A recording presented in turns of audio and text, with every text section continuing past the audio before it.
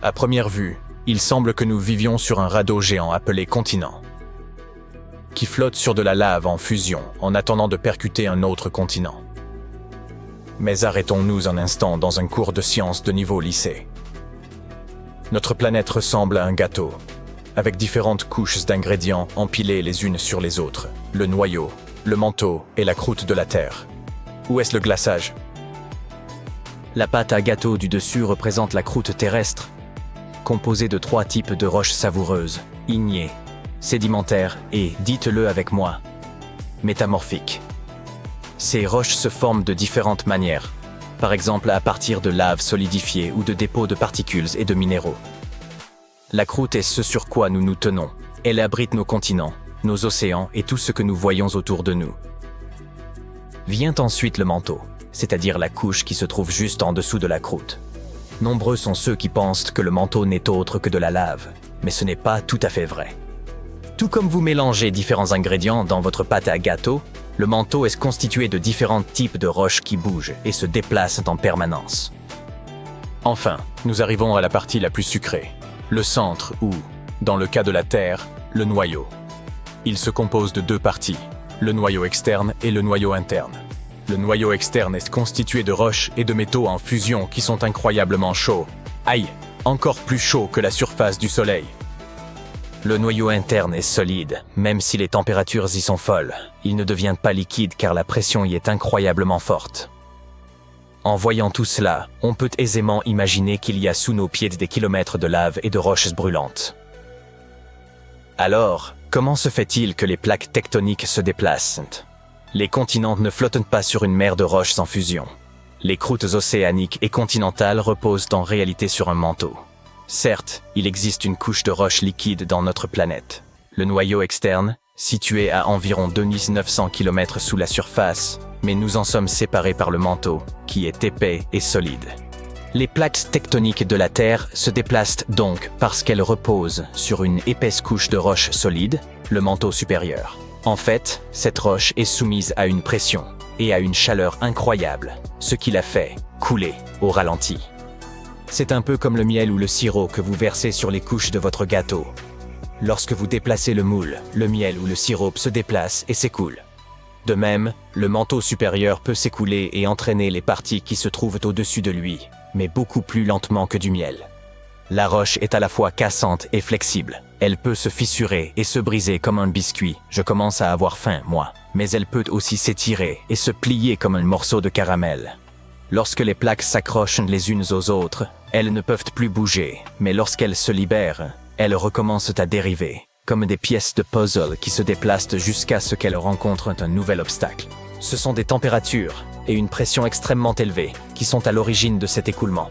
C'est comme une grosse marmite de soupe sur le feu. Lorsque la soupe chauffe, elle commence à se déplacer, transportant la chaleur d'un endroit à un autre. C'est l'heure du déjeuner? En parlant de déjeuner, je veux dire de lave.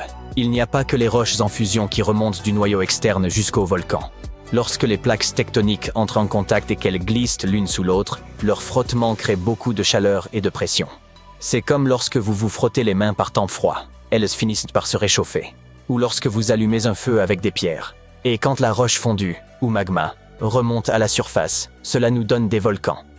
Il y a longtemps, la Terre n'était pas divisée en continents comme elle l'est aujourd'hui. Au lieu de cela, il y avait une masse terrestre géante, connue sous le nom de Pangée, qui signifie « toute la Terre » en grec. Imaginez que vous soyez coincé au milieu d'un océan gigantesque. Avec le temps, ce supercontinent s'est lentement désagrégé. Ses parties se sont éloignées les unes des autres et ont formé les terres séparées que nous appelons continents. Cette idée est apparue pour la première fois au XVIe siècle, lorsqu'un cartographe s'est rendu compte que les côtes de l'Afrique, de l'Amérique et de l'Europe semblaient pouvoir s'emboîter comme des pièces de puzzle. Plus tard, des chercheurs se sont aperçus que la composition rocheuse de ces côtes était similaire, ce qui signifie qu'elles faisaient autrefois partie d'une masse géante, et ils ont appelé cela la théorie de la dérive des continents.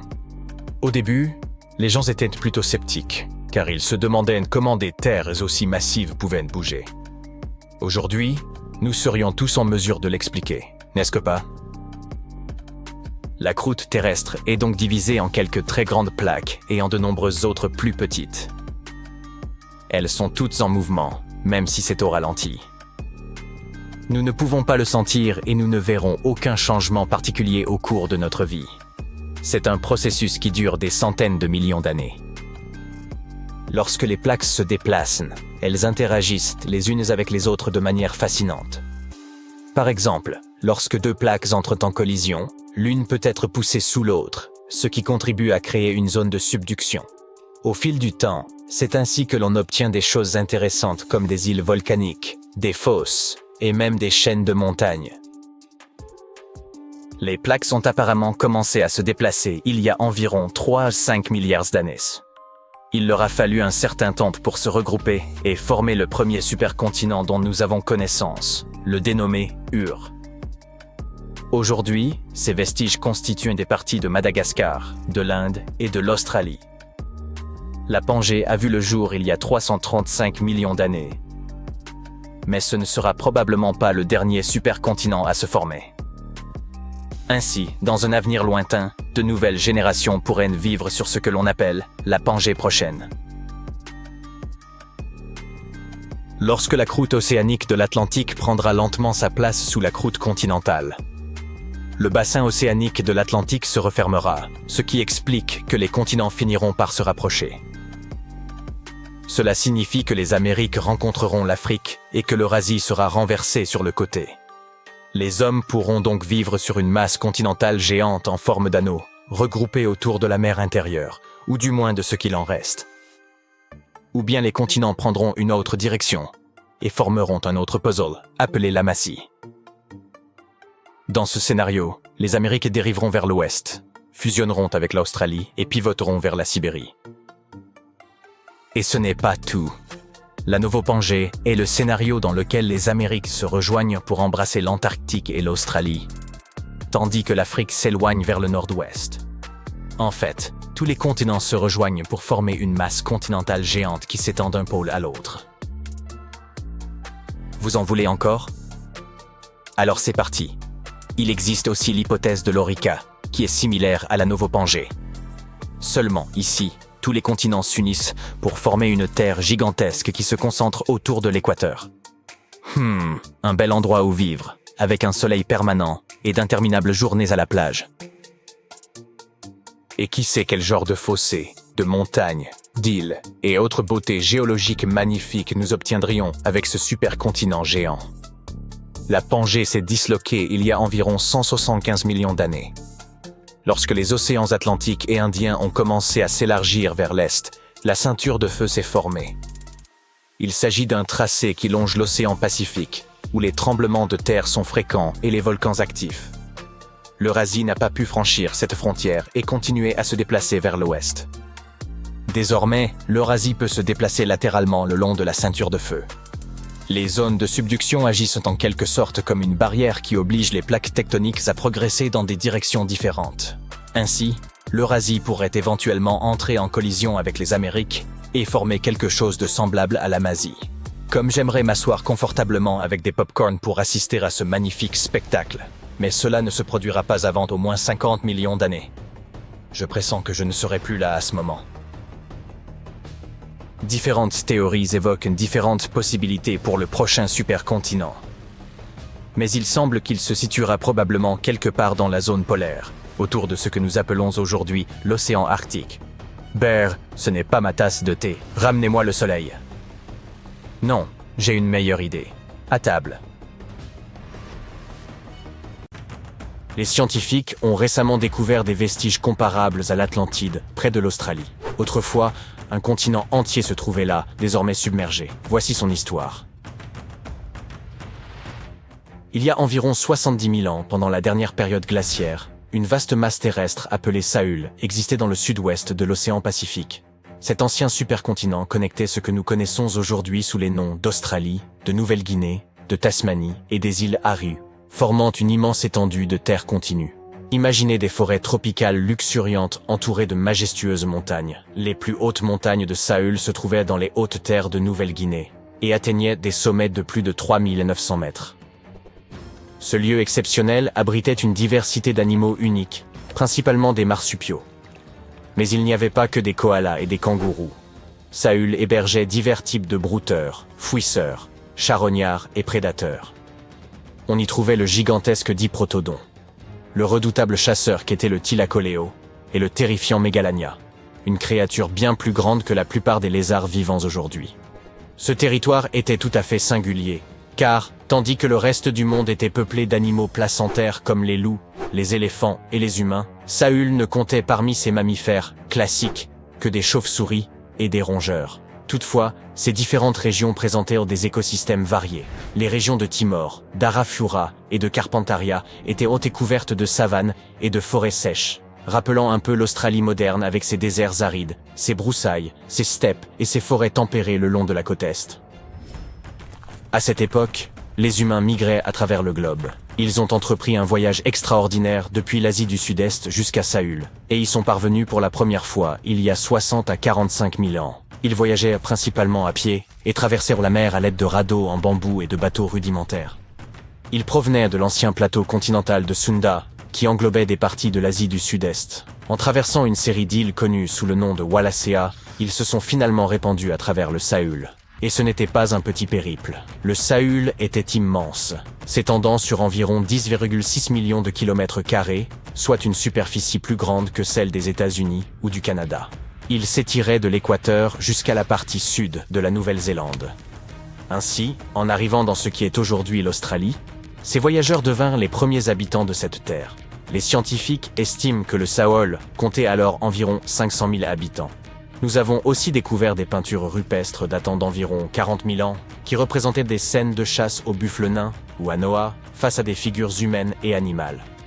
Les chercheurs s'efforcent de comprendre comment ces premiers colons se déplaçaient à travers le Saül et où trouver des traces archéologiques de leur voyage. Pour ce faire, ils ont créé un modèle informatique de l'évolution du paysage. Cette simulation a montré les transformations du Saül entre 75 et 35 000 ans, révélant des routes migratoires potentielles et des sites archéologiques. Les hommes se déplaçaient probablement le long des côtes et des rivières. Mais comment le Saül a-t-il été submergé, à l'image de la mythique Atlantide? Durant la dernière période glaciaire, une grande partie de l'eau terrestre était emprisonnée dans d'immenses calottes glaciaires, faisant ainsi baisser le niveau de la mer. Par la suite, avec l'augmentation des températures mondiales, ces calottes ont fondu et le niveau de la mer a monté d'autant, submergeant les ponts terrestres qui reliaient les différentes parties du Saül. Il y a environ 8000 ans, la Nouvelle-Guinée s'est séparée de l'Australie continentale. Puis, il y a environ 6000 ans, ce fut au tour de la Tasmanie. Mais grâce aux nouvelles technologies, nous pouvons encore explorer les parties submergées du Saül. Les plongeurs explorent et collectent des échantillons directement depuis le fond de l'océan, et les drones sous-marins peuvent atteindre des zones trop profondes ou dangereuses pour les humains.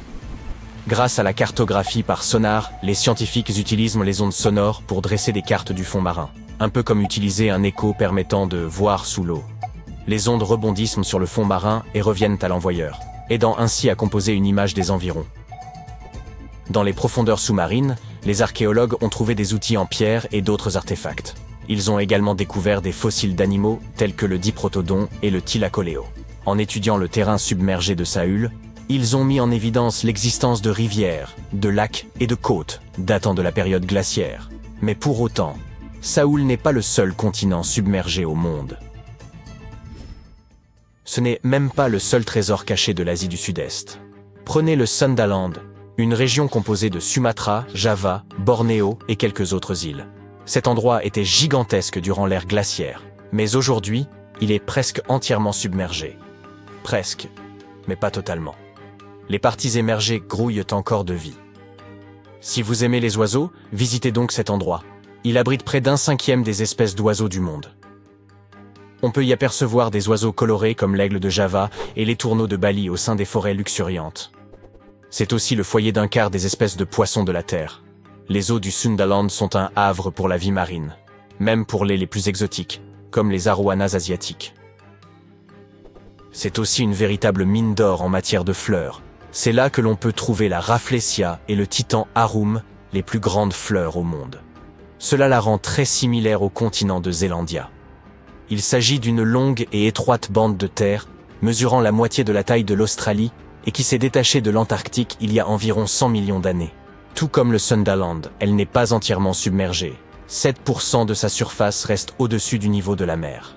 Ce fragment émergé est ce que nous appelons aujourd'hui la Nouvelle-Zélande, ainsi que l'île Stewart et quelques petites îles.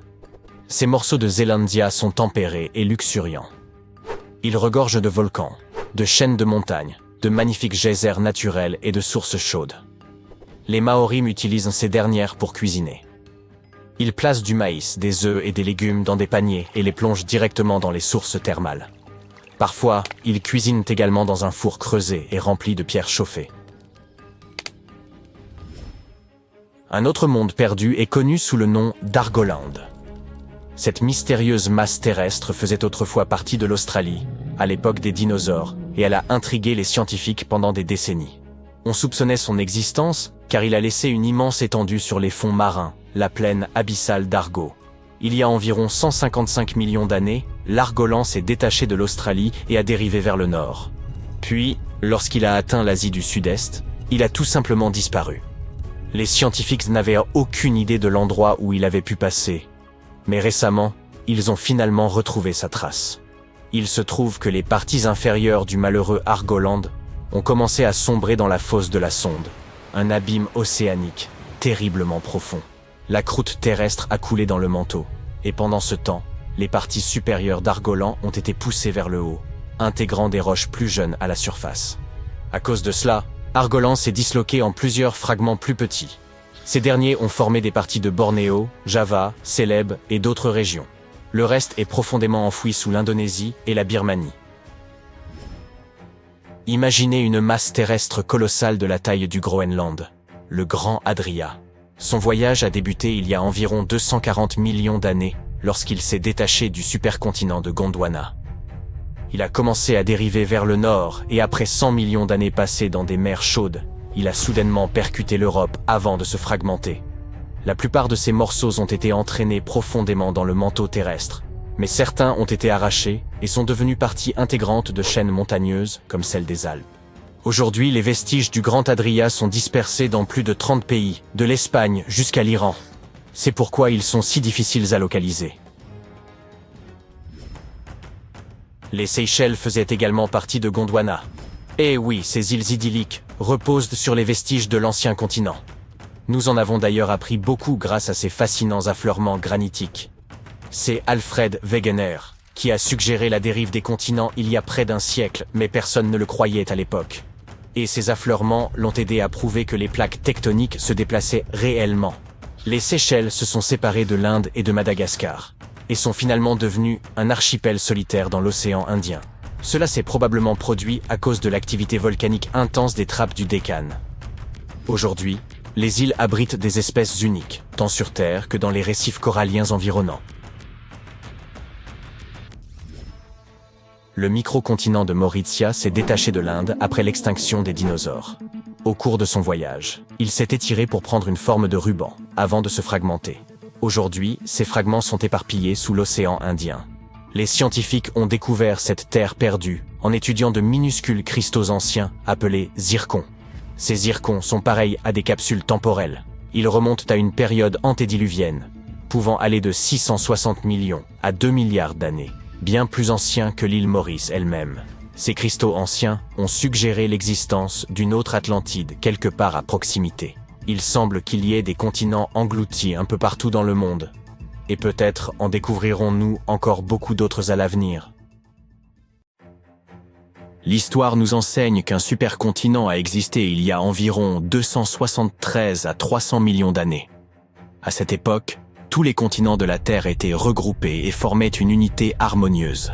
Ce gigantesque ensemble portait le nom de Pangée, ou Pangaïa, si l'on préfère une version plus sophistiquée. Ce terme dérive du grec ancien signifiant « toute la Terre ». La Pangée était entourée d'un vaste océan nommé Panthalassa. Ainsi, l'intégralité de notre planète se composait d'un immense continent unique, bordé d'une étendue d'eau colossale. Ce supercontinent avait la forme d'un gigantesque C qui s'étirait d'un bout à l'autre de notre globe. Cependant, comme dans toute évolution, les choses ont changé.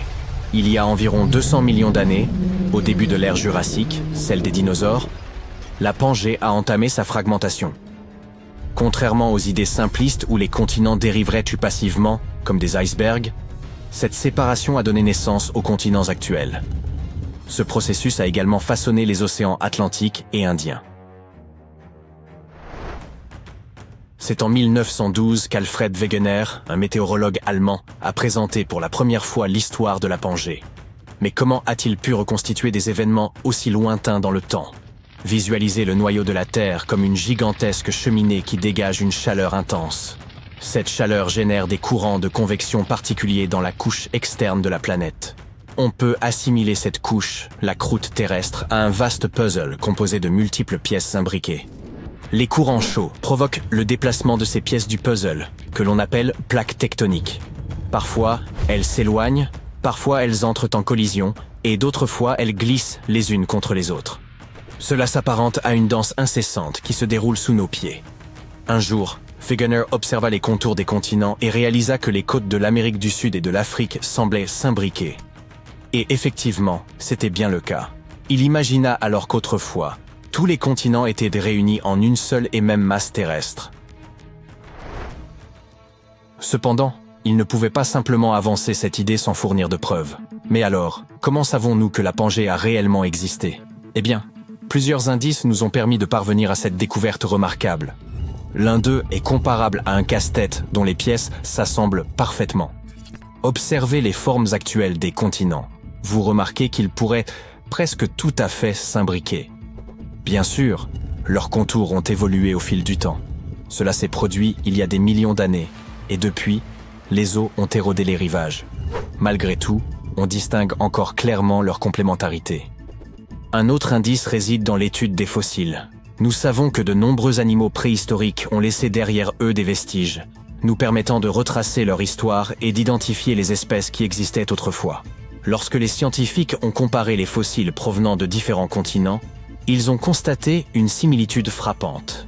Ces derniers appartenaient au même groupe d'animaux, bien qu'ils aient été découverts à des milliers de kilomètres les uns des autres. Il serait absurde d'imaginer que ces animaux aient traversé les océans à la nage. De plus, il est peu probable que ce type d'animal soit apparu simultanément en plusieurs endroits. Et pour finir, les montagnes. Imaginez plonger dans les profondeurs des océans et y découvrir d'immenses chaînes montagneuses. Ces reliefs sous-marins et ces fosses abyssales ressemblent à des cicatrices témoignant du mouvement des plaques tectoniques. Ils constituent une preuve supplémentaire que les continents font partie d'un ensemble bien plus vaste. Lorsque vous rassemblez tous ces éléments, l'image devient limpide. Les continents terrestres formaient autrefois un seul et même supercontinent. Depuis, ils se sont éloignés les uns des autres, mais les traces de cette formidable aventure demeurent visibles dans les contours des côtes, les formations rocheuses qu'ils ont laissées derrière eux, et bien d'autres indices. Cela peut sembler évident aujourd'hui, mais à l'époque de la découverte de Wegener, il existait d'autres théories. Certains imaginaient que les continents s'étaient enfoncés pour créer les océans. Wegener, quant à lui, avait une approche différente. Il soutenait que les continents étaient en perpétuel mouvement. Il a même forgé une expression élégante pour l'illustrer, la dérive des continents. Par la suite, un autre scientifique, Alexander du Toit, s'est joint à Wegener. Il apporta une nouvelle perspective en suggérant l'existence de deux continents originels, la Laurasie au nord et le Gondwana au sud. Mais la véritable révolution ne s'est produite qu'au cours des années 60, lorsque les chercheurs ont découvert le concept clé de cette théorie, la tectonique des plaques. Cette découverte a finalement permis de confirmer les idées avancées par Wegener et du Toit. Et 50 ans plus tard, la théorie a été définitivement validée. Avec le temps, notre compréhension de la planète s'est considérablement enrichie. Nous avons découvert que la Terre avait connu plusieurs supercontinents au fil de son histoire. Bien avant la Pangée, il y a environ 1 milliard d'années, existait le mégacontinent de Rodinia. Plus tard, la Pannotie a fait son apparition il y a quelques 600 millions d'années. Ce qui est fascinant, c'est que la dérive des continents n'est pas prête de s'achever. Les continents continuent de se déplacer constamment. L'Afrique s'avance doucement vers l'Europe, tandis que l'Australie semble se livrer à un jeu de d'auto-tamponneuse avec l'Asie du Sud-Est. Et savez-vous ce qui nous attend? La formation d'un nouveau supercontinent. Comment ce prochain supercontinent verra-t-il le jour? 4 scénarios principaux se dessinent. Nouvelle Pangée, Pangée prochaine, Orica et Amasia. Bien que ces noms évoquent ceux de super-héros, ils représentent en réalité différentes configurations possibles pour l'assemblage des continents. Explorons ces hypothèses. Commençons par la nouvelle Pangée. Imaginez l'océan Atlantique d'un côté et le Pacifique de l'autre. Si les choses continuent sur leur lancée, l'Atlantique s'élargira davantage, tandis que le Pacifique se rétrécira progressivement. Dans ce cas, les Amériques, la partie nord et la partie du sud, finiront par se rapprocher davantage. L'Antarctique, quant à lui, ne restera pas en marge. Il entamera une dérive vers le nord et prendra part à cette nouvelle configuration. L'Amérique, accompagnée de l'Antarctique dérivant vers le nord, entrera probablement en collision avec l'Afrique et l'Europe. Et ainsi, un tout nouveau supercontinent verra le jour. Passons maintenant à la Pangée prochaine. À l'avenir, l'océan Atlantique pourrait se lasser de sa largeur et décider de se resserrer un peu la ceinture. Il existe des zones où le plancher océanique glisse sous les continents, comme des passages secrets sous-marins. Ces zones, appelées zones de subduction, pourraient se multiplier le long de la côte est des Amériques. Si cela se produit, l'Europe et l'Afrique et le continent américain pourraient se rassembler à nouveau pour former un supercontinent qui serait alors entouré par l'océan Pacifique. Le supercontinent suivant, potentiellement envisageable, est celui d'Orica. Dans ce scénario, les océans Atlantique et Pacifique pourraient se refermer, comme s'ils décidaient de prendre une pause. Mais rassurez-vous, car lorsqu'un océan disparaît, un autre peut apparaître. Dans ce cas précis, un tout nouvel océan émergerait pour prendre leur place. Imaginez une immense fissure parcourant l'Asie, semblable à une fermeture éclair qui s'ouvre. Cette faille, connue sous le nom de Rift Pan-Asiatique, donnerait naissance à un nouvel océan. Et avec cet océan, un supercontinent émergerait, portant le nom d'Orica. L'Australie dérive actuellement vers le nord, comme si elle cherchait une place idéale au cœur de notre planète. L'Asie orientale et l'Amérique pourraient bien s'y joindre de part et d'autre. Ensuite, l'Europe et l'Afrique pourraient se connecter aux Amériques, et ainsi naîtrait Orica. Enfin, l'Amazie.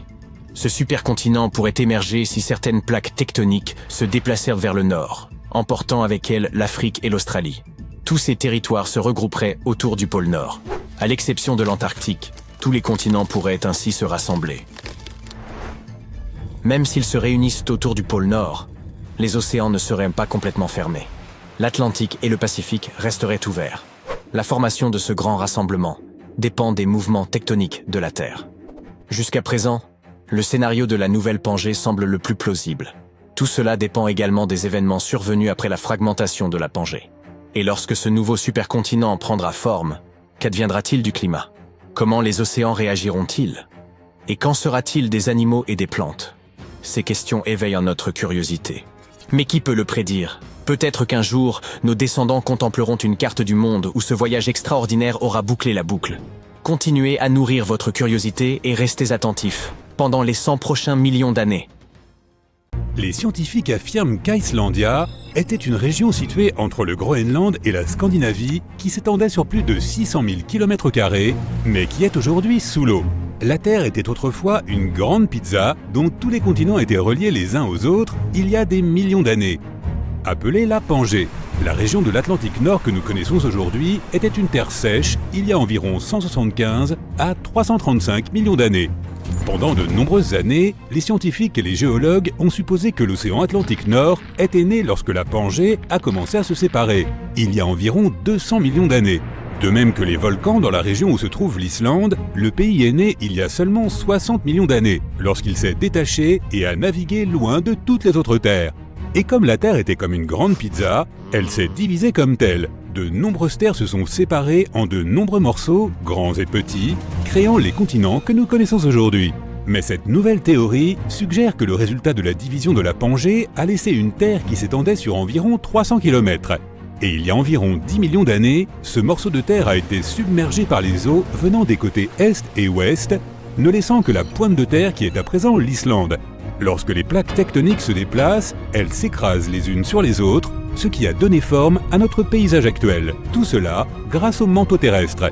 Cette nouvelle théorie radicale va à l'encontre de tout ce qui est écrit dans les livres d'histoire et de ce que les scientifiques ont étudié, et elle a suscité beaucoup de scepticisme et de critiques. Mais en analysant le plancher océanique sous l'Islande et la croûte terrestre, nous pouvons supposer que cette idée n'est pas si farfelue. Il se trouve que la croûte sous l'Islande est beaucoup plus épaisse que les croûtes typiques.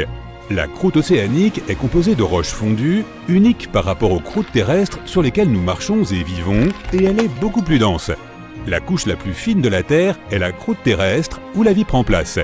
Elle est essentielle pour l'eau, la culture des aliments, la collecte des ressources naturelles et des minéraux, et la respiration de l'oxygène. Elle s'enfonce sous l'eau, mais juste au-dessus du manteau terrestre. Elle se renouvelle aussi car elle est constamment recyclée dans le manteau et remonte. C'est pourquoi les roches de la croûte océanique ont une épaisseur d'environ 40 km, contre seulement 8 km partout ailleurs. C'est d'autant plus logique qu'on y trouve une forte concentration de volcans. Les études magnétiques du fond de l'océan montrent des couches de croûte fondues en forme de bande. De plus, étant donné que le champ magnétique de la Terre a changé de polarité pendant des millions d'années, cela a joué un rôle dans le façonnement de notre paysage. Mais il n'y a pas encore de preuves concrètes pour prouver cette nouvelle théorie. L'une des premières étapes consiste à commencer à creuser le fond de l'océan près de l'Islande. Le zircon est un minéral très solide qui peut durer des milliards d'années malgré l'érosion de la croûte terrestre. Et en prélevant des échantillons et en les étudiant, les chercheurs peuvent estimer l'âge géologique des continents. Cela permettra de savoir si la croûte est bel et bien océanique, laquelle est plus épaisse, ou continentale, laquelle est la croûte ordinaire sur laquelle nous marchons. Mais ce n'est pas un projet qui se fait du jour au lendemain, et il coûtera très cher. Un autre moyen est de faire des relevés sismiques qui permettent de mesurer les échos à partir de navires de recherche. Forer des trous à des kilomètres de profondeur dans la croûte peut aussi aider à la recherche. Mais cela coûterait encore plus cher que d'étudier les minéraux de zircon. Certaines plantes fossilisées endémiques de la Scandinavie et du Groenland pourraient prouver qu'Icelandia était autrefois à la surface et peut-être parsemée d'arbres. Ce n'était pas une terre froide comme aujourd'hui, si bien qu'elle a peut-être eu des forêts. Néanmoins, les scientifiques n'ont toujours pas trouvé de preuves fossiles d'animaux communs aux deux terres pour suggérer quoi que ce soit. Mais peut-être que le temps nous le dira. La théorie va plus loin et suggère qu'il pourrait y avoir existé une plus grande Icelandia. Avec l'Islande, l'Irlande, la Grande-Bretagne, la Scandinavie et le Groenland réunis en un seul micro-continent, ce pourrait être une destination pour les amateurs de l'hiver et un endroit idéal pour le ski. Il serait possible de relier le Canada à la Grande Icelandia par un train traversant l'océan, ce qui ouvrirait encore plus l'économie. L'Islande a une superficie d'environ 103 000 km², ce qui est déjà assez grand. Et si la Grande Icelandia était présente aujourd'hui, l'Europe serait un tout autre continent. De nombreuses théories circulent sur d'autres potentiels micro-continents cachés dans le monde. Les scientifiques ne sont pas certains de la possibilité de l'existence d'Icelandia, mais si toutes les études menées ont été faites correctement, alors la théorie pourrait changer tout ce que nous savons sur l'Islande et l'océan Atlantique Nord. Et cela pourrait ouvrir la voie à d'autres micro-continents engloutis dans le monde. Une autre théorie existe. La Nouvelle-Zélande était la pointe d'un sous-continent perdu encore plus grand qu'Icelandia, appelé Zéalandia. Des études montrent qu'il s'est séparé du supercontinent Gondwana il y a 79 à 83 millions d'années. Les scientifiques affirment que c'est le continent le plus fin et le plus jeune découvert sous l'eau. Le craton est une roche centrale qui sert de fondation principale à la plupart des continents. Il a au moins 1 milliard d'années, mais la croûte continentale qui constitue Zéalandia n'en est composée qu'à moitié, ce qui la rend assez jeune. Cela signifie qu'il manque une partie du craton, même s'il contient des restes de roches plus anciennes et des parties du manteau. On estime qu'ils ont jusqu'à 2,7 milliards d'années. Les scientifiques ont fait des études sur les cristaux de zircon de la Nouvelle-Zélande et ont découvert qu'ils avaient jusqu'à 1,3 milliard d'années. Le reste des continents a plus de 3 milliards d'années. Les scientifiques ont étudié la composition des roches du fond de l'océan autour de la Nouvelle-Zélande. Ils sont composés de silice et de granit que l'on trouve dans les croûtes continentales. Les fonds océaniques contiennent principalement des roches riches en magnésium et en fer. Ils sont aussi plus épais et plus hauts que les croûtes océaniques ordinaires qui l'entourent. Ils ont mené quelques études et collecté des données magnétiques et topographiques pour voir le lien entre la mer de Tasmanie et la mer de Corail dans la région de Cato Trough. Il s'agit de la bande étroite entre Zéalandia et l'Australie. Les données satellites ont suivi de minuscules failles dans la gravité de la Terre pour cartographier la croûte du fond de l'océan entourant la région. Ils ont clairement identifié la masse qui constitue Zéalandia, presque de la taille de l'Australie. Même si les signes sont là, cela ne prouve rien. Il est possible qu'il y ait un tas de micro-continents qui se soient tous séparés lorsque l'Australie s'est détachée du Gondwana. À l'époque, le supercontinent était composé de l'Amérique du Sud, de l'Antarctique, de l'Australie, de Zélandia, de l'Arabie et du sous-continent indien. Les croûtes continentales ne sont pas les mêmes que les autres croûtes océaniques qui les entourent. La Nouvelle-Zélande n'est pas le plus grand pays du monde, mais si les théories sont correctes, alors Zélandia ferait 6 fois sa taille actuelle. L'île Maurice est une île jeune qui n'a que quelques millions d'années. À seulement 1900 km de la côte africaine, on pense que cette petite île est née il y a environ 9 millions d'années. Les volcans sous-marins de la région ont craché tellement de lave qu'ils ont formé les terres actuelles. Mais les scientifiques y ont trouvé des roches de zircon qui ont plus de 3 milliards d'années. Il se peut qu'elles fassent aussi partie d'un continent submergé appelé Mauritia, qui ne fait qu'un quart de la taille de Madagascar. Les zircons qu'ils ont trouvés étaient enfouis dans des roches solides et pas seulement dans le sable. Ce qui peut exclure qu'ils se soient simplement échoués sur le rivage depuis un autre continent. Certains scientifiques ne sont toujours pas convaincus. Ils suggèrent que la découverte de roches qui ne se distinguent des autres roches typiques apportées par une éruption pourrait faire pencher la communauté scientifique vers cette théorie. Mais tout comme Icelandia pourrait faire partie de la Grande Icelandia, Mauritia s'appelait autrefois Rodinia, qui comprenait l'Inde et Madagascar. Selon certaines théories, Mauritia était recouverte d'eau lorsque l'Inde s'est détachée de Madagascar il y a environ 85 millions d'années. Présente depuis plus de 3 milliards d'années, une partie de la croûte terrestre la plus ancienne se désintègre aujourd'hui. Si les continents semblent actuellement immobiles, ils ont connu d'importants déplacements et réagencements au fil du temps. Ce phénomène est rendu possible par l'activité tectonique, qui provoque le lent glissement des plaques terrestres, à l'image des pièces d'un vaste puzzle en mouvement. Les parties les plus stables de ces pièces de puzzle sont désignées sous le nom de cratons. Ces formations rocheuses, à la fois très anciennes et extrêmement résistantes, constituent les racines des continents et assurent leur cohésion. Le craton nord-américain, par exemple, englobe une grande partie des États-Unis, environ la moitié du Canada, ainsi que la majorité du Groenland. Les scientifiques ont identifié près de 35 cratons majeurs à travers le monde. Grâce à leur robustesse, ces structures sont restées pratiquement immuables durant des centaines de millions d'années. Toutefois, en 2014, il a été découvert que leur caractère prétendument indestructible n'était pas absolu. Certains cratons ont perdu une partie de leurs racines solides sous l'effet de processus géologiques spécifiques, entraînant un amincissement et une fragilisation de leur structure.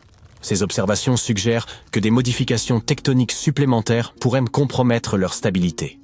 En 2024, des scientifiques de l'Université des géosciences de Chine ont analysé une ancienne masse terrestre appelée le craton de Chine du Nord, ou NCC en abrégé. Ils voulaient en savoir plus sur la façon dont certaines des régions rocheuses les plus anciennes sur Terre pouvaient se disloquer. Ce processus de désintégration des cratons est appelé décratonisation.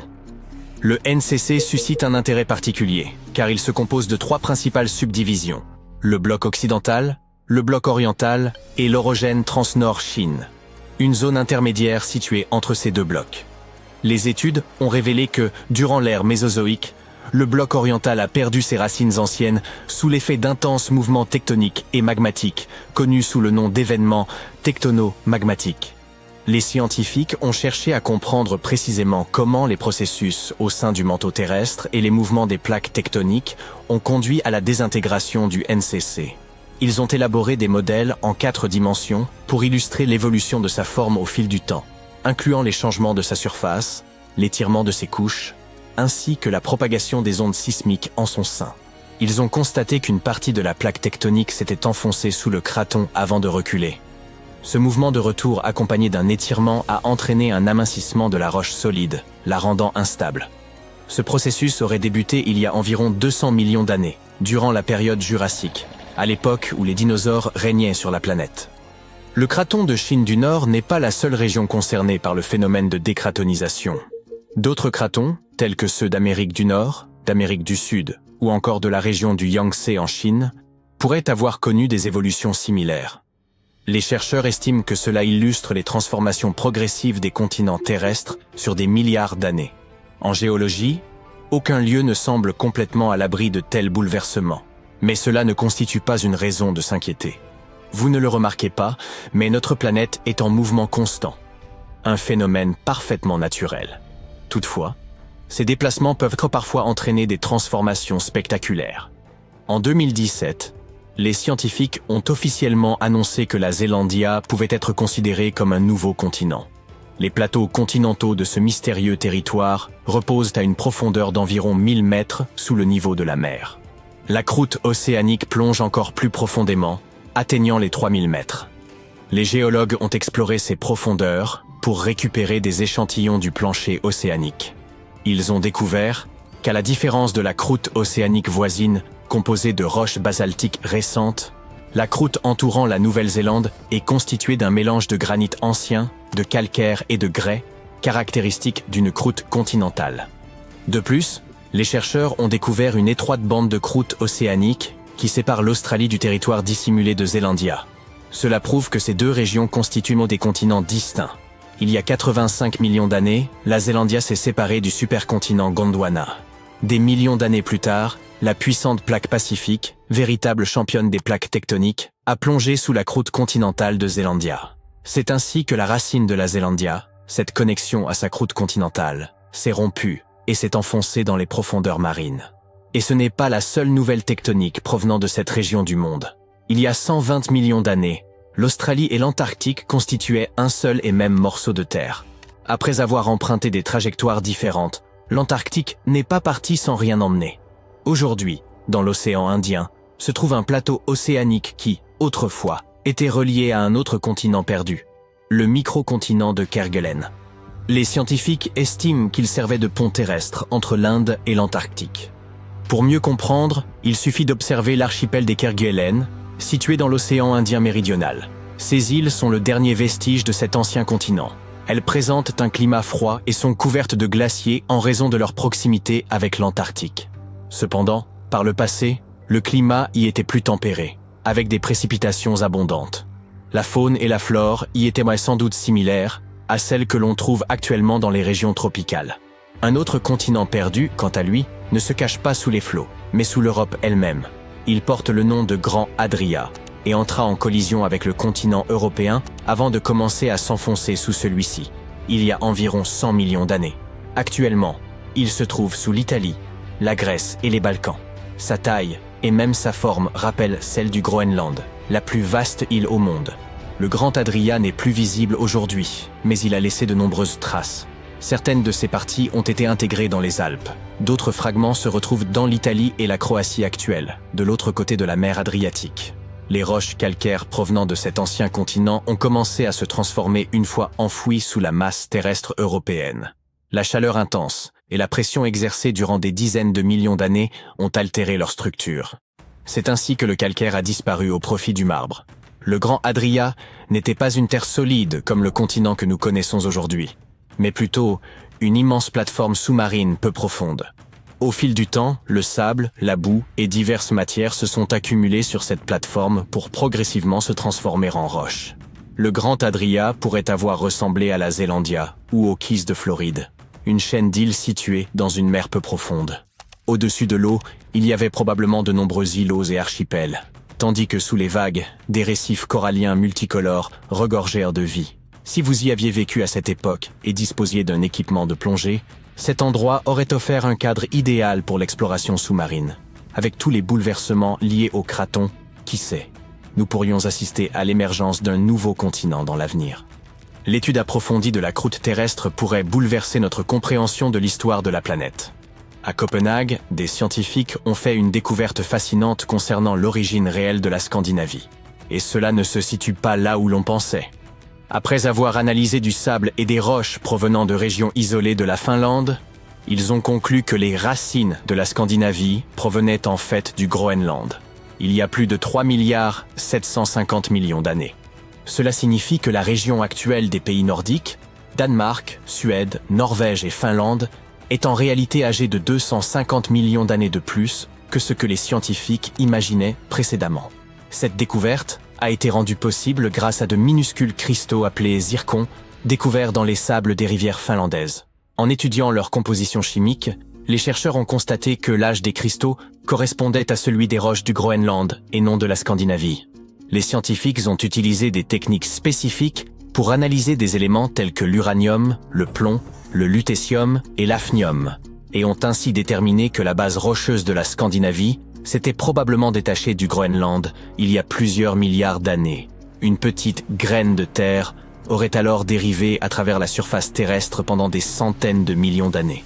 Ce fragment se serait finalement installé là où se trouve aujourd'hui la Finlande. Au fil du temps, de nouvelles couches rocheuses se sont formées autour de cette graine, donnant naissance à la Scandinavie que nous connaissons sur les cartes actuelles. Cette même étude pourrait nous inciter à revoir la manière dont les continents de la Terre se sont initialement formés. La théorie la plus répandue suggère que la croûte continentale a commencé à se développer dès la formation de la planète, il y a environ 4,6 milliards d'années. Toutefois, de récentes recherches montrent que la croissance des continents n'a commencé qu'1 milliard d'années plus tard.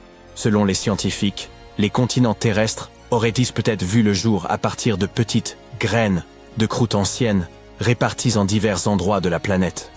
Ces graines se sont développées au fil du temps, formant les masses terrestres actuelles. Elles ne se retrouvent pas uniquement en Scandinavie, mais aussi en Australie, en Afrique du Sud et en Inde. Toutefois, les chercheurs ne savent pas si toutes ces graines proviennent du même endroit, ou si elles se sont développées indépendamment dans différentes régions. Il reste donc beaucoup à découvrir, et il est essentiel que les scientifiques poursuivent leur investigation pour déterminer si toutes ces graines anciennes sont connectées. Les supervolcans les plus grands et les plus méchants de notre planète se réveillent. Lorsqu'ils entreront en éruption, vous le remarquerez certainement, même si vous vivez à des milliers de kilomètres de l'épicentre. Les scientifiques craignent que nous n'ayons pas assez de temps pour nous préparer et faire face aux conséquences d'une super éruption. On observe une activité volcanique près de la ville italienne de Naples. Et non, cela n'a rien à voir avec le célèbre Vésuve, mais avec un autre volcan. Celui-ci est plus difficile à voir car son sommet n'est pas aussi élevé. Mais ne vous laissez pas abuser par ce mauvais garçon. Il pourrait être bien plus dangereux que son gigantesque voisin. Il possède un énorme cratère d'environ 13 km de large. Ce volcan porte le nom de champ Phlégréen. Il s'agit de l'un des plus grands d'Europe, et il se trouve dans le golfe de Pouzzoles. Les champs Phlégréens sont entrés en éruption il y a 39 000 ans, avec une explosion si massive qu'elle a répandu des cendres dans toute la région méditerranéenne. Elle a également provoqué une baisse de température de plus de 9 degrés Celsius dans toute l'Europe de l'Est. Ce fut la plus grande éruption volcanique du continent en 200 000 ans. Depuis, les champs Phlégréens ont connu des éruptions plus modestes, la dernière datant de 1538. Aujourd'hui, la région regorge de petits cratères, de sources d'eau chaude et de bassins bouillonnants qui prouvent que ce supervolcan est toujours bien vivant et qu'il ne nous a pas oubliés. Depuis le début des années 2000, le sol du cratère géant et de la ville voisine s'élève lentement de 3 à 4 cm par an. Au moins 150 tremblements de terre ont secoué cette zone ces derniers temps. En mai 2024, un séisme d'une magnitude de 4,4 s'est produit dans la région, le plus important des 40 dernières années. Les habitants ont dû quitter leur maison et camper à l'extérieur car ils craignaient d'autres tremblements de terre. Personne ne sait comment les champs Phlégréens se comporteront dans les mois et les années à venir. Alors les autorités organisent des exercices d'évacuation pour préparer la population au pire. Mais ce volcan italien ressemble à un chaton innocent comparé à la caldeira de Yellowstone. Pour qu'un volcan mérite le titre de supervolcan, il doit être capable de produire des éruptions catastrophiques et d'éjecter d'énormes quantités de magma, de cendres et de gaz volcaniques. Le géant de Yellowstone répond à ces critères. Même s'il bouge de temps en temps, ce supervolcan américain n'est pas entré en éruption depuis 640 000 ans. Mais lorsqu'il se réveillera, il le fera probablement avec une puissance incroyable, équivalente à celle que peuvent produire 10 énormes centrales nucléaires. Sous le sol de Yellowstone, il y a une zone très chaude remplie de roches en fusion, le magma. Au fur et à mesure que toute cette matière brûlante se déplace dans ce que l'on nomme la chambre magmatique, le sol au-dessus commence à se gonfler et à s'élever. Lorsque le magma se refroidit, le sol s'affaisse. Entre 2004 et 2009, le sol de Yellowstone s'est élevé de près de 25 cm, mais il a commencé à redescendre lentement en 2010. Les scientifiques ne savent pas si ce volcan entrera bientôt en éruption. Mais il existe un autre grand volcan, la caldeira de Long Valley, en Californie. Il est actif depuis 1980 et pourrait représenter une menace très importante pour les habitants de cet État. Les scientifiques qui l'étudient ont découvert qu'il n'avait eu besoin que d'une petite année pour préparer sa plus grande éruption, survenue il y a 760 000 ans. C'est une mauvaise nouvelle, car l'éruption d'un supervolcan peut avoir un impact considérable sur la planète, comme l'éruption du volcan Toba à Sumatra, il y a environ 74 000 ans. Il s'agissait de la plus grande éruption volcanique que la Terre ait connue en 28 millions d'années. Elle a recouvert une partie de l'Indonésie, de l'Inde et de l'océan Indien d'une épaisse couche de débris volcaniques, comme une couverture de 15 cm. La quantité de roches rejetées correspondait à près de 3 millions d'Empire State Buildings, empilés les uns sur les autres. Le cratère géant créé à cette occasion est toujours visible depuis l'espace. Toute la cendre, ainsi que des gaz, se sont élevés dans l'air et ont bloqué une partie de la lumière du Soleil. Résultat, un hiver volcanique qui a duré entre 6 et 10 ans. Certains scientifiques pensent que cette éruption a pu affecter les premiers hommes. À l'époque de l'éruption du Toba, la population humaine a connu une chute brutale. Certains affirment même que, pour cette raison, les hommes modernes sont tous issus d'un petit groupe de survivants. Selon la théorie de la catastrophe de Toba, la plupart des premiers hommes d'Europe et d'Asie n'ont pas survécu au climat froid et rude qui a suivi l'éruption. Seuls quelques chanceux, en Afrique, auraient surmonté cette épreuve. Tous les scientifiques ne s'accordent pas sur cette hypothèse, certaines données archéologiques et climatiques témoignant d'une toute autre histoire. Un autre volcan qui a profondément changé le monde est le Tambora, en 1815. L'année qui a suivi est entrée dans l'histoire comme l'année sans été. Il faisait froid et pluvieux, et il y avait de la neige et du gel jusqu'en plein mois d'août, surtout en Europe et en Amérique du Nord. Cela s'explique par le fait que le volcan a rejeté des quantités énormes de dioxyde de soufre dans le ciel. Le gaz s'est ensuite répandu dans le monde entier, ce qui a eu pour effet de refroidir la planète. L'éruption du Tambora a également provoqué des tsunamis dévastateurs qui ont coûté la vie à près de 10 000 personnes. Par la suite, environ 80 000 autres personnes sont décédées en raison des conséquences de l'éruption. Le froid a détruit les récoltes, si bien que la nourriture est devenue très chère.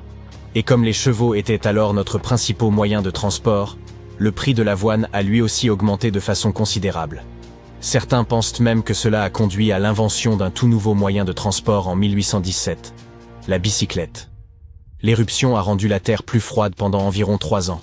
Mais même s'il s'agissait là d'un événement d'une puissance rare, c'est la catastrophe du Krakatoa, un autre volcan indonésien, qui a remporté la palme en 1883. À cette époque, il était tout simplement plus facile de diffuser des informations grâce aux télégrammes et aux photos. Son explosion finale fut le bruit le plus puissant jamais enregistré dans l'histoire. Les gens ont pu l'entendre sur 10% de la surface totale de la Terre. L'éruption a déclenché un tsunami dont les vagues ont atteint la moitié de la hauteur de la Statue de la Liberté. Si nous n'avions que 12 mois pour nous préparer à l'éruption d'un supervolcan, il nous serait vraiment difficile de stocker suffisamment de nourriture pour tout le monde. Mais ne paniquez pas tout de suite. Les éruptions de supervolcans sont très rares. La dernière s'est produite il y a 26 500 ans en Nouvelle-Zélande. Les scientifiques pensent qu'une super-éruption se produit en moyenne une fois tous les 100 000 ans. Mais ce qui est triste, c'est que la Terre ne suit pas une chronologie parfaite. Il pourrait y avoir des super-éruptions avec des intervalles plus courts et des périodes de calme plus longues. Étant donné qu'il y a déjà eu 2 super-éruptions au cours des 100 000 dernières années, il y a toujours un risque que l'une d'entre elles se reproduise plus tôt que prévu. En plus des supervolcans de Yellowstone et de Long Valley, les scientifiques font état de quelques points chauds moins connus mais tout aussi inquiétants. Au Chili, la Laguna del Maule est entrée en éruption par le passé, laissant derrière elle un immense cratère. Au cours des 20 dernières années, le sol s'est mis à s'élever de près de 0,3 mètres par an, soit très rapidement. Certaines personnes s'inquiètent du fait que cela pourrait être le signe d'une grande éruption à venir. Mais les scientifiques affirment qu'il n'y a pas encore assez de magma pour qu'une catastrophe survienne. En Bolivie, le volcan Uturuncu se réveille également. Il fait partie d'un groupe de volcans qui ont fait parler d'eux par le passé. Depuis les années 60, le sol autour de l'Uturuncu se soulève, mais la dernière éruption remonte à 250 000 ans. Même si le magma remonte, il n'y a pas lieu de s'inquiéter pour l'instant. La probabilité qu'une super-éruption se produise au cours de notre vie est de 1 sur 1400, ce qui est assez faible, et il n'y a donc pas de raison de s'alarmer outre mesure. Mais tout comme quelqu'un gagne à la loterie chaque semaine avec de très faibles chances, une super-éruption pourrait se produire un jour ou l'autre. Et lorsqu'elle se produira, nous devrons absolument être prêts.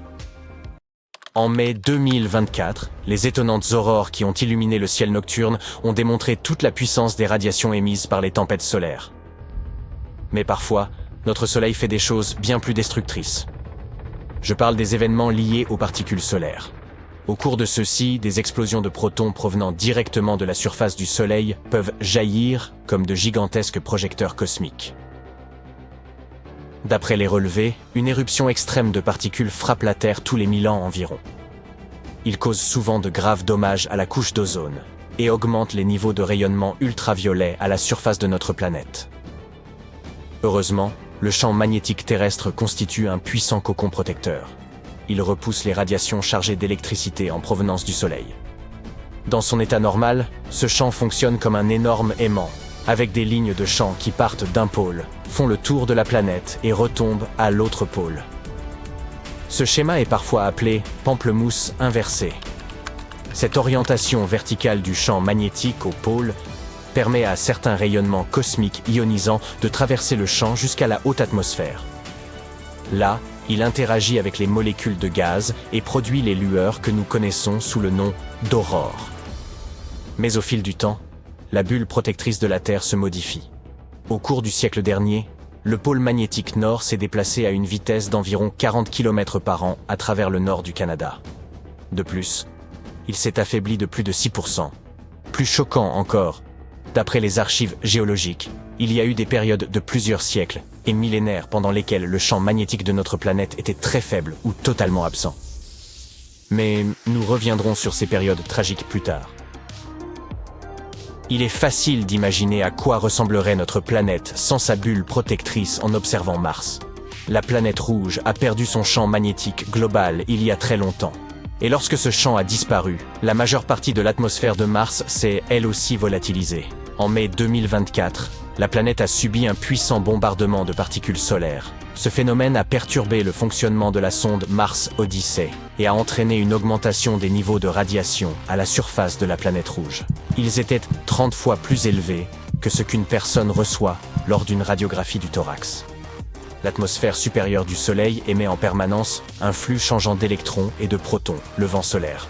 Parallèlement, la surface de l'étoile produit des bouffées d'énergie, principalement constituées de protons, lors d'événements impliquant des particules solaires. Ces bouffées d'énergie sont liées aux éruptions solaires, des explosions extrêmement puissantes de rayonnement électromagnétique qui peuvent durer de quelques minutes à quelques heures. Les protons sont beaucoup plus lourds que les électrons et transportent plus d'énergie. C'est pourquoi ils peuvent atteindre les niveaux inférieurs de l'atmosphère terrestre et activer les molécules de gaz présentes dans l'air. Ces molécules activées émettent des rayons X invisibles à l'œil nu. Des dizaines et des centaines d'événements de particules solaires relativement faibles se produisent au cours de chaque cycle solaire. Parlons un peu de ces cycles. De loin, le Soleil semble calme et stable. Mais si vous zoomez, vous verrez que sa surface est constamment en ébullition et en mouvement. Il se transforme sans cesse, passant d'un océan de feu uniforme à un chaos de plasma déformé, et vice-versa, selon un cycle continu. Tous les 11 ans environ, le champ magnétique de notre étoile s'en mêle littéralement. Imaginez une boule faite d'élastique serré, et vous aurez une idée de ce à quoi il ressemble. Et puis, à un moment donné, le champ se brise, et se retourne complètement, transformant le pôle nord en pôle sud. Juste avant cet événement, le Soleil accélère son activité. Il se met à cracher de gigantesques boules de plasma enflammées, à émettre de puissants flux de radiation et laisse apparaître des taches de la taille d'une planète à sa surface. Cette période porte le nom de maximum solaire. C'est une période assez dangereuse pour la Terre, car elle est alors régulièrement frappée par des tempêtes solaires. Ces tempêtes peuvent perturber les communications et endommager les infrastructures électriques. Pire encore, les tempêtes solaires peuvent nuire aux astronautes qui travaillent dans l'espace et même faire s'écraser des satellites sur la planète. Lorsque le cycle s'achève, il s'estompe pour laisser place au minimum solaire, puis un nouveau cycle commence. Revenons à nos événements de particules solaires. Les chercheurs en ont trouvé des traces extrêmement puissantes tout au long de l'histoire de la Terre. Certains de ces événements furent des milliers de fois plus puissants que tout ce que nos instruments modernes ont jamais enregistré. Ces événements solaires extrêmes se produisent environ tous les quelques millénaires. Le plus récent s'est produit vers l'an 993 de notre ère. Au-delà de leur effet immédiat, les événements de particules solaires peuvent déclencher une chaîne de réactions chimiques dans la haute atmosphère. Ces processus entraînent souvent une diminution de l'ozone, ce qui n'est pas une bonne chose. L'ozone absorbe les rayons UV qui peuvent endommager non seulement notre vue, mais aussi l'ADN de tous les êtres vivants. En outre, la modification des quantités d'ozone dans l'atmosphère peut avoir une incidence sur le climat. Lors d'une étude récente, des chercheurs ont utilisé de grands modèles informatiques pour examiner comment les événements extrêmes de particules solaires affectent la Terre.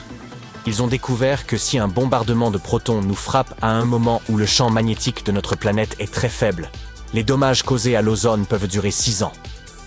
En outre, le niveau de rayonnement UV peut augmenter de 25%, ce qui accroît les dommages causés par l'énergie solaire d'environ 50%. Apparemment, cette combinaison spectaculaire d'un champ magnétique faible et d'une éruption de protons se produit assez souvent. Certains chercheurs pensent que cela pourrait même expliquer certains événements mystérieux survenus dans le passé de notre planète. Par exemple, la période la plus récente de champs magnétiques faibles a commencé il y a 42 000 ans et a duré environ 1 millier d'années. Cette période a entraîné une inversion temporaire des pôles nord et sud. Plusieurs événements majeurs de l'évolution se sont produits pendant cette période. Par exemple, les derniers néandertaliens ont disparu en Europe et la mégafaune marsupiale s'est éteinte en Australie. Oui, malheureusement, nous ne verrons plus de wombats ni de kangourous géants. Un autre événement lié à l'évolution, encore plus important, pourrait également avoir été associé au champ géomagnétique de la Terre. Les animaux multicellulaires sont apparus à la fin de la période édiacarienne, qui a débuté il y a environ 635 millions d'années. Cette apparition a eu lieu après une période de 26 millions d'années, au cours de laquelle le champ magnétique était extrêmement faible, voire inexistant. L'évolution rapide de différents groupes d'animaux lors de l'explosion cambrienne, il y a environ 539 millions d'années, pourrait également avoir été liée à des niveaux élevés d'UV et au géomagnétisme.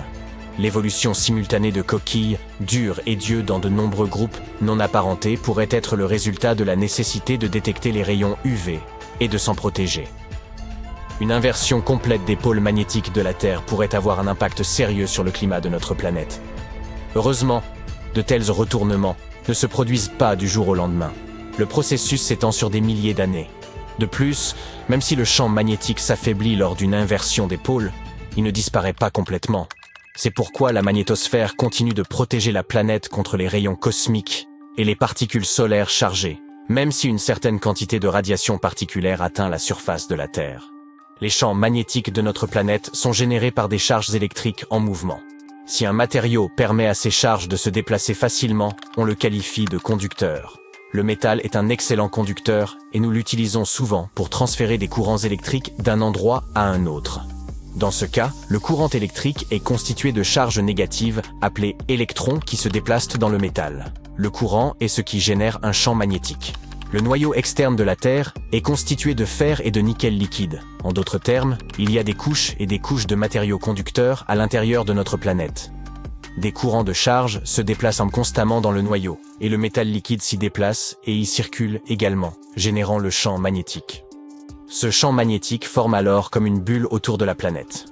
Il s'agit de la magnétosphère, située au-dessus de la partie supérieure de l'atmosphère. Cette couche nous protège, en déviant les rayonnements cosmiques de haute énergie, qui, sans elle, seraient extrêmement dangereux pour toutes les formes de vie sur Terre. La magnétosphère interagit également avec l'ionosphère. Cette couche de l'atmosphère de notre planète contient une grande quantité d'ions et d'électrons libres et est capable de réfléchir les ondes radio. L'interaction entre ces deux couches et les vents solaires magnétisés est ce que les scientifiques appellent la météo de l'espace. Mais le vent solaire est généralement modéré et le temps demeure au beau fixe. On ne se rend pas forcément compte à quel point le nom d'Uranus peut être tordant pour un anglophone. Et oui, pour eux, c'est la planète Uranus. Pourtant, les choses auraient pu suivre un autre cours. À l'origine, Uranus devait porter le nom noble et imposant de George en hommage au roi George III, conformément aux souhaits des astronomes. Mais ils ont finalement renoncé à cette idée, et aujourd'hui, Uranus est souvent la cible de moqueries. Si vous calculez le coût total d'une mission spatiale et que vous le rapportez au poids de sa cargaison, vous obtiendrez des chiffres vertigineux. En 2016, d'après les experts, il fallait compter 10 000 $ pour expédier une livre de matériel dans l'espace. Mais désormais, les coûts se sont envolés. Le fret des vaisseaux Cygnus dépasse les 43 000 $ par livre, tandis que les nouvelles capsules de SpaceX affichent un tarif avoisinant les 27 000 $. Vous trouvez excessif de payer 5 $ pour une bouteille d'eau à l'aéroport. Imaginez alors qu'une bouteille d'eau dans l'espace coûterait entre 9 000 et 43 000 $, et cela uniquement pour sa livraison. En ce qui concerne l'eau dans l'espace, elle était autrefois considérée comme une ressource extrêmement rare. Cependant, la réalité est tout autre. De la glace d'eau se trouve un peu partout dans notre système solaire. Il n'est donc pas nécessaire de payer des sommes astronomiques pour une bouteille à 43 000 $. Cette glace se cache dans les comètes, les astéroïdes et même dans des cratères peu visibles sur Mercure et la Lune. Il reste toutefois incertain que ces réserves soient suffisantes pour soutenir des colonies humaines. Mars, par exemple, recèle de la glace à ses pôles, dissimulée sous la poussière et le givre en surface. De plus petits corps célestes, tels qu'Encelade, la lune de Saturne ou la planète naine Cérès, renferment également de la glace. Les chercheurs de la NASA estiment même qu'il pourrait exister une forme de vie sur Europe, la lune de Jupiter, car sa croûte glacée pourrait bien cacher de l'eau liquide. Bien qu'Europe soit beaucoup plus petite que la Terre, elle pourrait abriter un océan suffisamment vaste pour contenir 2 fois plus d'eau que l'ensemble des océans terrestres réunis. En 2009, des chercheurs étudiant un vaste nuage de gaz et de poussière au cœur de notre galaxie ont fait une découverte des plus surprenantes. Ils ont identifié la présence de formiate d'éthyle dans ce nuage. Cette molécule chimique est à l'origine de la saveur agréable des framboises et dégage un parfum qui rappelle celui du rhum. Par ailleurs, une région voisine regorge d'éthanol, la même substance que l'on retrouve dans les boissons alcoolisées. En fait, il y aurait dans cette région suffisamment d'alcool pour offrir à chaque habitant de la Terre 300 000 pintes de bière quotidienne, et ce, pour le prochain milliard d'années. Aussi étonnant que cela puisse paraître, il existe bel et bien un trou noir sur Terre. En effet, la création d'un trou noir en laboratoire s'est avérée une démarche incontournable. L'observation des trous noirs dans l'espace réel étant encore hors de portée, il n'a été possible de les étudier qu'en les recréant artificiellement dans des environnements contrôlés. Un groupe de scientifiques néerlandais a entrepris d'explorer la mystérieuse théorie du rayonnement de Hawking, développée par le célèbre physicien du même nom. En utilisant des atomes pour simuler un horizon des événements, ils ont manipulé des électrons, ce qui a entraîné une hausse de température évoquant un espace-temps plat. Alors que les particules traversaient des fluctuations quantiques, un anneau de rayonnement infrarouge s'est formé autour du trou noir créé en laboratoire, confirmant ainsi en partie les prédictions de Hawking. Cela peut paraître incroyable, mais il est tout à fait possible d'être allergique à la Lune. Pour résumer, lors de la dernière mission Apollo, les astronautes ont ramené un nombre record d'échantillons de roches. De plus, pour la première fois, un scientifique de métier, le géologue Jack Schmitt, faisait partie de l'équipe. Grâce à ces prélèvements, les chercheurs ont pu approfondir leurs connaissances sur le champ magnétique de la Lune et son passé volcanique. Durant l'expédition, il est apparu que Jack Schmitt souffrait d'une allergie à la poussière lunaire. Cette poudre fine et abrasive s'agrippait à son équipement et à sa peau, provoquant une irritation de ses sinus, de son nez, de ses yeux et de sa gorge pendant plusieurs heures après le retrait de son casque. Les étoiles à neutrons sont d'une densité prodigieuse, se résumant essentiellement à un amas de neutrons comprimés dans un espace extrêmement restreint. Si vous pouviez en prélever une cuillère à café, cette matière pèserait davantage que l'ensemble de la population mondiale réunie. Pour égaler la densité d'une étoile à neutrons, il nous faudrait tous nous comprimer dans un espace aussi minuscule qu'un morceau de sucre. Non merci. Lorsqu'il est question de l'espace, nous avons souvent tendance à croire que la Terre et la Lune sont très proches. Pourtant, en réalité, il serait possible d'intercaler l'ensemble des autres planètes de notre système solaire entre elles. La distance moyenne qui les sépare est d'environ 384 000 km. Même en additionnant les diamètres des 7 planètes, il resterait encore un peu d'espace libre, soit environ 8000 km. En 2011, des scientifiques ont réalisé une découverte révolutionnaire en identifiant un immense réservoir d'eau dans l'espace. Ce volume d'eau, équivalent à 140 000 milliards de fois celui de tous les océans terrestres, suffirait à fournir à chaque personne sur Terre l'équivalent de l'eau contenue sur une planète, multiplié par 20 000. Ce réservoir a été localisé à proximité d'un trou noir massif, connu sous le nom de quasar, qui attirait de la matière tout en émettant de l'énergie. Cette eau s'est formée par des ondes énergétiques ayant provoqué la collision entre des atomes d'hydrogène et d'oxygène et se trouve à environ 12 milliards d'années-lumière de nous. Lorsque le rover Curiosity a immortalisé son premier coucher de soleil sur Mars en 2015, l'excitation des scientifiques était palpable. Contrairement à ce que l'on pourrait imaginer, les couchers de soleil sur la planète rouge ne sont pas teintés de rouge, mais d'un bleu saisissant. Selon la NASA, cette couleur résulte de la manière dont la poussière martienne agit comme un filtre naturel, permettant à la lumière bleue de traverser tout en bloquant les tons plus chauds, tels que le jaune, l'orange et le rouge. Vénus tourne beaucoup plus lentement que la Terre. Il lui faut 243 jours pour effectuer une rotation complète sur elle-même, et sa rotation s'effectue dans le sens inverse de celle de notre planète. Malgré cette lenteur, Vénus boucle son orbite autour du Soleil en seulement 225 jours, en raison de sa proximité avec celui-ci. Ainsi, aussi surprenant que cela puisse paraître, une année sur Vénus est en réalité plus courte qu'un jour. Il est facile de croire que le ciel nocturne devrait être entièrement constellé d'étoiles sans aucune zone d'obscurité. Cette idée est connue sous le nom de paradoxe d'Olbers, en hommage à l'astronome allemand Heinrich Wilhelm Olbers. Ce dernier pensait que si l'univers était infini, immuable et éternel, nous devrions effectivement apercevoir des étoiles dans toutes les directions où notre regard se pose. Cependant, il s'avère que l'univers n'est ni infini, ni immuable, ni intemporel. C'est Edwin Hubble qui a découvert que l'univers était en pleine expansion, et le rayonnement fossile du Big Bang nous révèle que l'univers a environ 13,8 milliards d'années. Imaginez un instant toutes les bougies d'anniversaire. La raison pour laquelle nous ne voyons pas d'étoiles dans toutes les directions est simple. Certaines d'entre elles sont trop éloignées, ou n'ont pas existé assez longtemps pour que leur lumière nous parvienne. Pendant la mission lunaire Apollo 16, Ken Mattingly, le pilote du module de commande, a eu une petite frayeur lorsqu'il s'est aperçu que son alliance avait disparu. L'équipage a cherché désespérément dans tout le vaisseau spatial, sans succès. Ce n'est que le 9e jour, alors que Mattingly effectuait une sortie extravéhiculaire, que la bague a été aperçue flottant près de l'écoutille. Charles Duke a tenté de la rattraper, mais l'a manqué. Par chance, elle a rebondi sur le casque de Mattingly et est tombée dans les mains de Duke. Bien que cette anecdote se soit bien terminée, il reste de nombreux objets abandonnés là-haut, y compris une brosse à dents qui flotte quelque part. Mercure, déjà la plus petite planète de notre système solaire, sans compter Pluton bien entendu, est également la deuxième plus dense après la Terre. Fait surprenant, elle rétrécit et devient encore plus dense.